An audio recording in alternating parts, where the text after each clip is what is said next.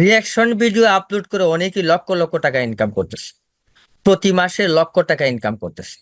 তা আমরাও চেষ্টা করে দেখি রিয়াকশন ভিডিও আপলোড করে ইনকাম করা যায় কিনা। তো মূল কথা হচ্ছে রিয়াকশন ভিডিও আপলোড করতে হলে রিয়াকশন ভিডিও এডিট করা জানতে হবে। আমরা অনেকেই হয়তো রিয়াকশন ভিডিও এডিট করা জানি না। তো আজকে আমি চেষ্টা করব সবাইকে নিয়ে রিয়াকশন ভিডিও কিভাবে এডিট করতে হয় সেটা শেখার জন্য। আমরা মূল ভিডিওতে চলে যাই। আমি প্রথমেই আমার গ্যালারিটা ওপেন করি। গ্যালারিটা ওপেন করার পর আমি যে ভিডিওতে রিয়াকশন দিব ওই ভিডিওটা আগে দেখে নিই। আমি এই ভিডিওটিতে রিয়াকশন দিব, সুতরাং এই ভিডিওটিতে কি অবস্থান আছে, কোন কোন কথা বললে ম্যাচ করবে সেটা আগে আমাকে দেখে নিতে হবে। তো আমি দেখে নিলাম।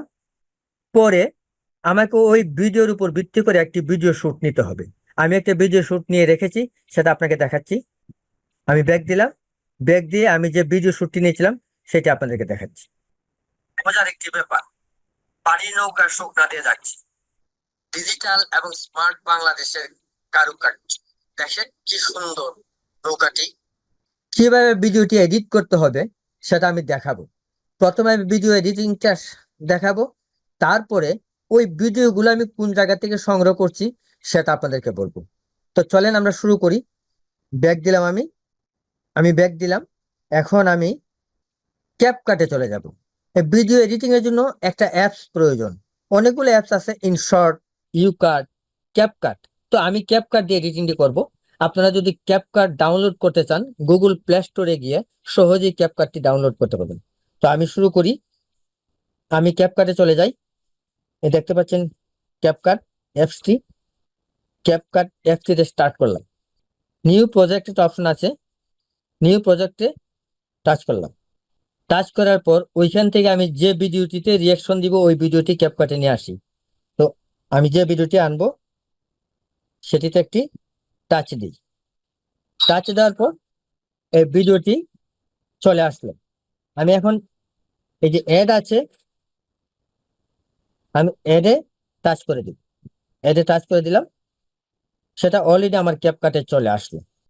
আমি যে ভিডিও শুটটি দিয়ে রিয়াকশন দিয়েছিলাম সেই ভিডিওটি আবার আমি আমার ক্যাপকাটে নিয়ে আসতে হবে। তো সেটার জন্য আমাকে কি করতে হবে, ওভারলে একটা অপশন আছে, ওই ওভারলেতে টাচ করতে হবে। আমি ওভারলেতে টাচ করলাম। ওভারলেতে টাচ করার পর অ্যাড ওভারলে একটা কথা আসছে, অ্যাড ওভারলেতে টাচ করি। অ্যাড ওভারলেতে টাচ করার পর আমি যে ভিডিওটি রিয়াকশন দিয়েছিলাম সেই ভিডিওটিতে টাচ করি। দেখেন ভাই, ওইটা চলে আসলো। এখন আমি অ্যাডে টাচ করে সেটা অ্যাড করে দিলাম।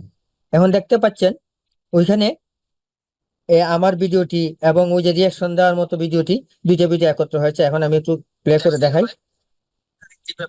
এখন আমি যে ভিডিওটিতে রিয়াকশন দিব সেই ভিডিওটির কোনো সাউন্ড বা মিউজিক থাকতে পারবে না। যদি সাউন্ড বা মিউজিক থাকে তাহলে কপিরাইট ক্লেম ধরা হবে। তো সেই জন্য আমাকে কি করতে হবে, যে ভিডিওটি যে ভিডিওটিতে আমি রিয়াকশন দিচ্ছি সেই ভিডিওটি লেয়ারে টাচ করে দিলাম। টাচ করার পর আমি সেখান থেকে সাউন্ড অফ করে দিব।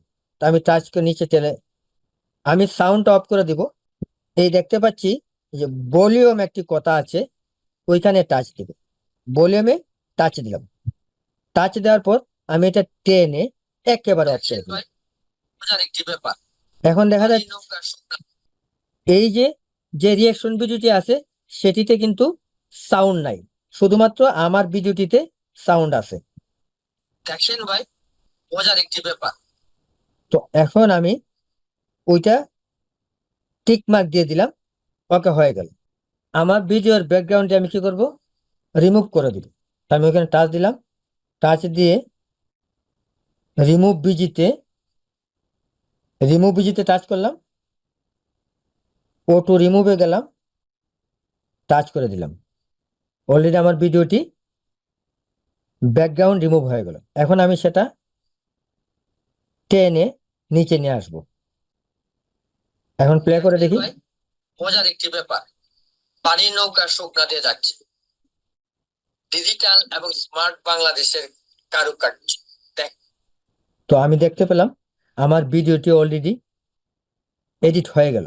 এখন আমি সেটাকে আমার গ্যালারিতে নিয়ে যেতে পারবো। ভিডিও এডিটিং এর কাজ শেষ। আমরা এই ভিডিওগুলি, এই যে রিলস ভিডিও আছে, অনেক পরিমাণ রিলস ভিডিও আছে, সেখান থেকে আমরা কি করতে পারি, এই ভিডিওগুলো কালেকশন করতে পারি। কোনো না কোনো প্রক্রিয়া সেটা ডাউনলোড করে নিব, ডাউনলোড করে নিয়ে গ্যালারিতে নিয়ে আসবো, তারপর আমরা ভিডিওগুলো এডিটিং করব। যদি আমার ভিডিওটি ভালো লাগে তবে লাইক করবেন, কমেন্ট করবেন এবং শেয়ার করে দিবেন। ধন্যবাদ।